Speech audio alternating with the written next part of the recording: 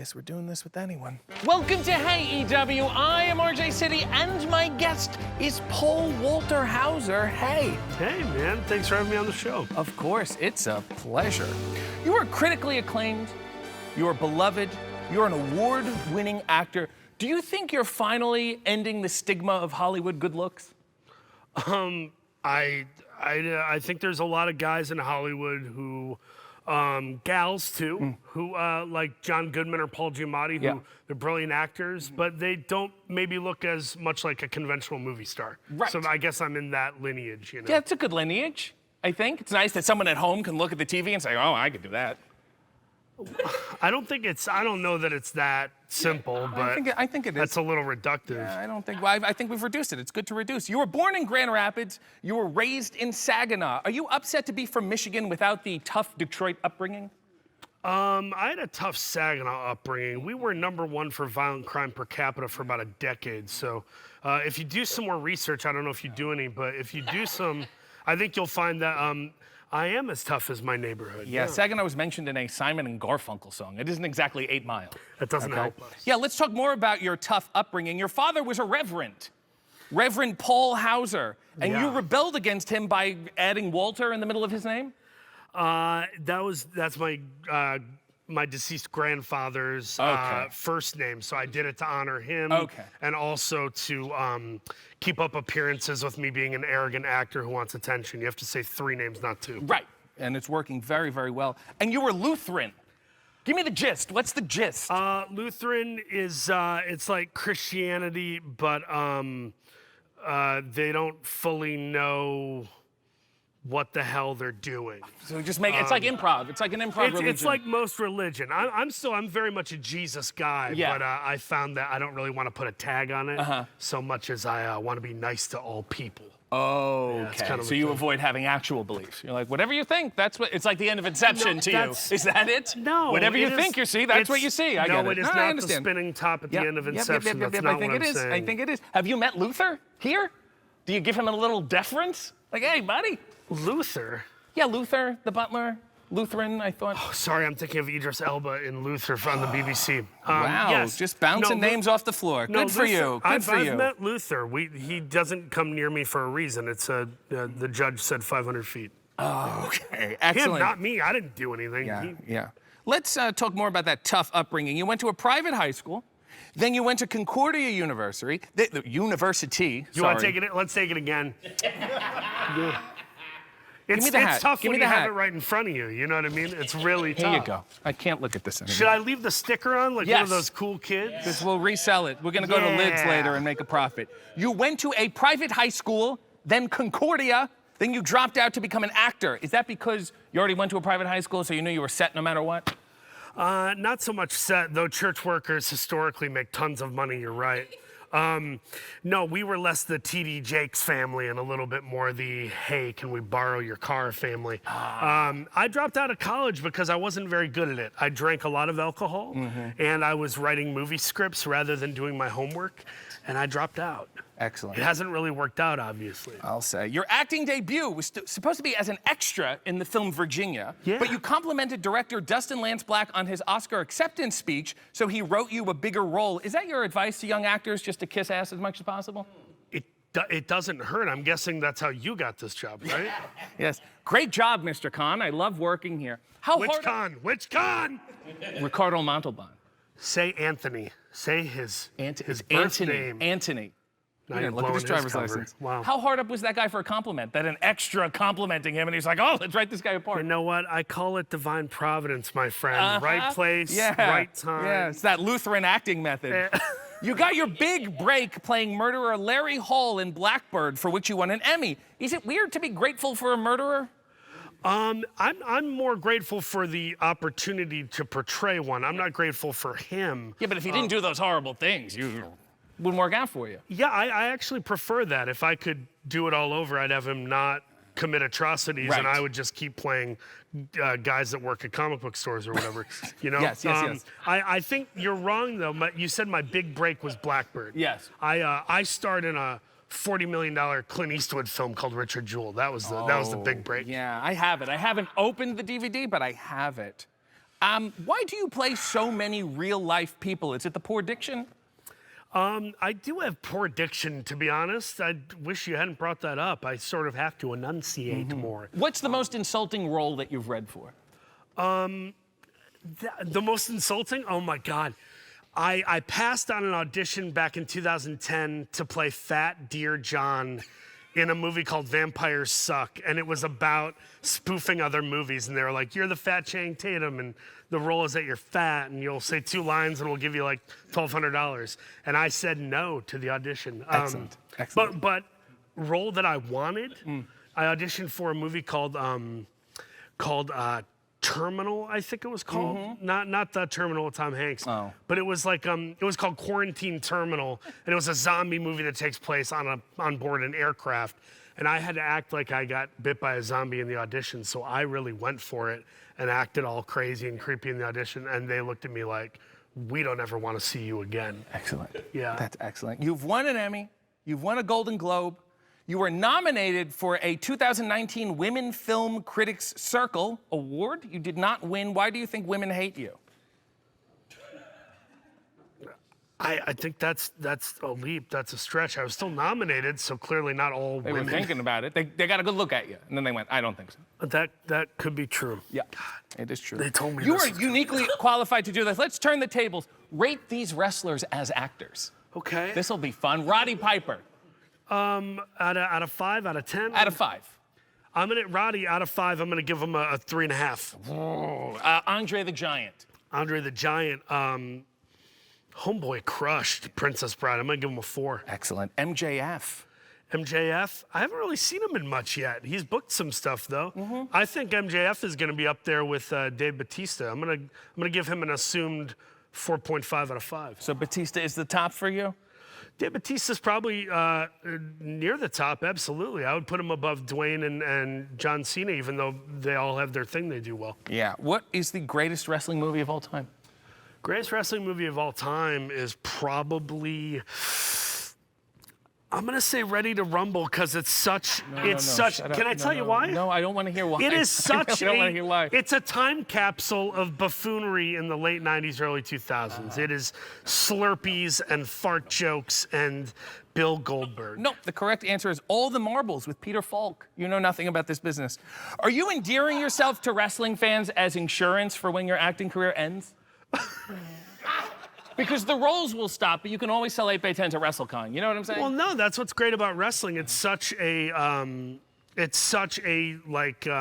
moral business that if I get kicked out of Hollywood for getting canceled, I know that in wrestling they'll say, "Welcome home. We've been waiting for you." In wrestling, they'll just they'll take you and maybe they make a documentary out of you. Right. A while ago, you dogged Vin Diesel for being supposedly late and unapproachable, and then you thought about it.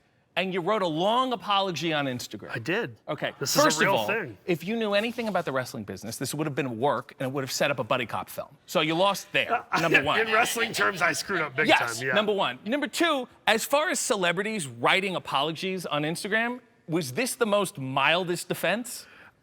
Listen, all I said was I had heard that he wasn't super approachable and that he showed up super late to work and stuff.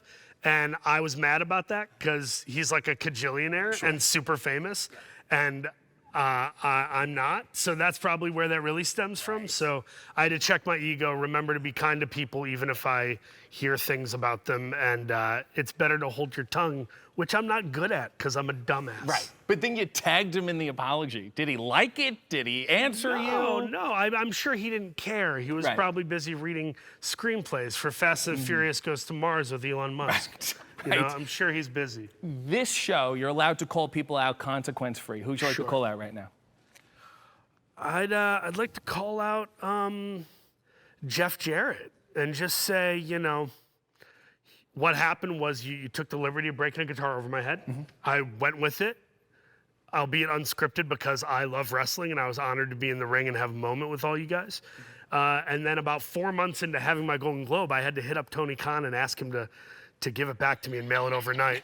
So that never really got resolved. So I just know that you are having a good moment. You've shown yourself to be a more trustworthy, thoughtful guy, and I know you're in a new place. So I just want to say, whether it's a tag match with you or against you, I feel that there's some business to be had there. I guess nobody told you to speak in sound bites. You also played the voice of embarrassment in the film Inside Out. Are you embarrassed to sound like embarrassment?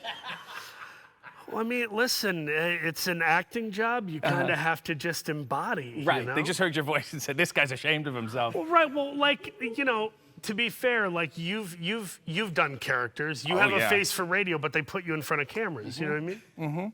Do you know what I mean? I know what you mean. In 2019, you appeared on SmackDown. You think this is a joke? You do know you look like a librarian in a karate film, right? Okay. Big Mr. Celebrity. Hey, I'm on SmackDown. Hey, I'm on MLW. I can waltz into whatever promotion I want to. We're at war, my friend. You gotta pick a side. You're not Snoop Dogg. I bought a ticket for tonight, to be fair. I literally bought Section D, Row F. You have appeared on both Dynamite and Rampage. Why do you hate Collision? I love Collision. Collision's action-packed. That's Are you banned? You're banned from Collision? Not that I know of. I think I used to watch a lot of Collision because I love FTR. They were on there quite a bit. Yeah. Okay, well, your last AEW appearance was in January 2023. Is this long-term storytelling, or are you just lazy? No, I think that the company just got bored, and they're like, I think Hauser's in town shooting a movie. We should grab him. That's for sure. Speaking of movies, I found your Letterboxd account. Yes. And you where rated... where I'm very, like, vocal. Yeah. Yeah. Listen to this. You rated I, Tonya, a film you were in, 5 stars. That's a dope movie. You proud of yourself? Watching your own film, sitting there going, I was perfect. I wouldn't change this film at all. I 1,000% was. Sometimes you do something and you know it's good, and it's okay to say that it's good, because in equanimity, I also tell people when I know that I suck at something. So you just threw out equanimity and thought everyone will struggle with that word, and you just slipped the whole excuse behind them. You're the only one struggling with it. Well, I'll tell you what else I struggle with. When your son was 5 weeks old, he made his acting debut in one of your films. Break the cycle. You just had to nepotism as early as possible. Why don't you do a short film in the womb? Look, he was drinking colostrum, and I said, kid, get to work. And I threw him on a movie set. You have a shirt that says, Paul Walter Hauser is wrestling. Doesn't that say everything? You really want to take responsibility for this whole business? No, it's a double entendre. It's, you know. Is it? Show everybody your double entendre tattoo. Oh, man, you really did your What a riot homework. This guy is. Wait, let me flex and push that got those up. John Goodman I can't biceps. even do it. I can't do it. Wow. Wow. Hope you're really proud of yourself. Why you got to do the indies? The Indies? Shouldn't you be above it? You won a Golden Globe, you won an Emmy. I don't think I'm above it at all. When I did stand-up comedy, there would be times where I'd be doing stand-up in front of 60 people. And that's why you're such a noted stand-up comedian. Listen, it did not work out, which is why I stepped away from it, to be fair. Can't wait for the Netflix special. Cage match. You know what? Doing indies is an honor, because if I were them, it would be kind of fun to think like, oh, that actor I watched on TV is coming to my town to wrestle for 8 minutes or whatever. Yeah, got the same feeling about a guy named Arquette. CageMatch.com. List your style as all-rounder. Is that because you're just adequate at everything? Wow, you had such an opportunity to make an all-rounder joke about being round. And I didn't, because I'm the upper crust. No, do you know what I mean? You're doing this is not a real set. Really, Mr. Like, this might end up being in a bathroom 2 weeks from now. We don't know. Okay. I like that scene when you your pants next to Vince Vaughn. That was real high quality. That was real Ernest Hemingway. Method actor. Yeah. We improvised. I had to crap my pants. Clearly. Your signature moves are a straitjacket flatliner called the house call, or the house arrest. House arrest. Yeah. And a crane kick. How much of this is you being good at wrestling, and how much of this is your opponent taking your moves, hoping you'll cast him in a movie or something? I mean, I think it's a little bit of both. Yeah. Listen. I watch some indies. I watch some of these guys and gals that are just hitting each other with light tubes. So the fact that I am doing a butterfly suplex off top rope, and I'm doing a Texas clover leaf, I'm sticking up for myself, saying I do know how to wrestle, and if you'd like to find out, give me the invite. Great. I'm easy to get a hold of. You were once one of Dalton Castle's boys. Tell me about that method acting preparation. I just did lots of therapy to get through that. I'd rather not talk about it. Okay, all right, Yeah. fair enough. Thank Can you. I tell you the real problem with your wrestling? Sure. You wrestle as Paul Walter Hauser. Yeah. Nobody wants to see Paul Walter Hauser. You don't act as Paul Walter Hauser. You act as everybody but. People would rather see you as a real-life murderer than see you as Paul Walter Hauser. You got to get a gimmick. This is what I'm saying to you. I think gimmicks come and go depending on the flow of one's, lifespan. Yeah. I don't, Chris Jericho, great example of someone who's gone through everything from the Lionheart to the Painmaker to the, So let's go through some right now. I'm going to list a character for you, a possible gimmick. Yes. Maybe you can drop into the character and give me their catchphrase. Okay, You ready? sure, I'll try, yeah. Lukewarm. Hey everybody, I'm lukewarm. Now a lot of guys around here are like, ooh, I'm the cold one, or I'm the hot one, or he's got heat, ooh, he's cooling off. But I'm right in the middle of the action, and I'm ready to do some business. So, what you gonna do when the warmest Luke runs wild on you? So much better. Dave the Vestibule Bestibule. Hello, I'm Dave the Vestibule, what is it? Dave the Vestibule Bestibule. Hello, I'm Dave, the Vestibule. And I know it sounds hard to say, it's because it is. I'm a hard man to understand, I'm a hard man to deal with, which you'll find out in the ring. My finishing move, I won't tell you because I don't have to. See you in there. Let's see if you can escape the vestibule. It's great. Okay, man. What? Edgier character. Just like Johnny Cash's boy named Sue, I was born and you can believe it. It wasn't an easy upbringing. It makes you tough, and when you're this tough, there aren't many jobs you can hold down. There's a reason I don't work for H&R Block, son.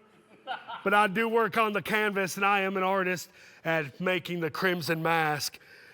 And I'm starting to sound like Stone Cold Steve Austin. Yep. And finally, Taz's disowned son, Nook. He can't wrestle all that much, but I'm really good at finding deals online. So if I can do some assistant work on the fly, and just know that on my resume there is some work. I did some work with my dad at one point, but not any longer. Not any longer. So much better. All right, go ahead. Pitch me your AEW dream match. Go ahead. Pitch you my AEW dream match? Yeah. I believe my AEW dream match would be a multi-man tag, no DQ, and we're all just beating the living piss out of each other, and I'm paying the price for it. Maybe me and Jeff Jarrett and Jay Lethal versus 3 goons. I don't know. Who do you think? Nobody. Well, this won't get nominated for anything, and I feel a kinship with you. Because, I'm an actor myself. I'm a wrestler myself. I was in the business. There was a time. And I think we should end this episode by locking up in friendship. Locking, can you be more specific? You collar, elbow, tie up? Collar and elbow. Come Okay. I don't know. on. Come on, for old time's sake. Huh? You ready? That was good. Stay in there. Stay in there. Okay. Let's just let this breathe. You know what I mean? Now it feels like it's about something else. No, Now it come feels like on. it's about something else. I don't. Want to say, love the show. We're both comedic. We both know wrestling. I don't see why we can't be friends. I do.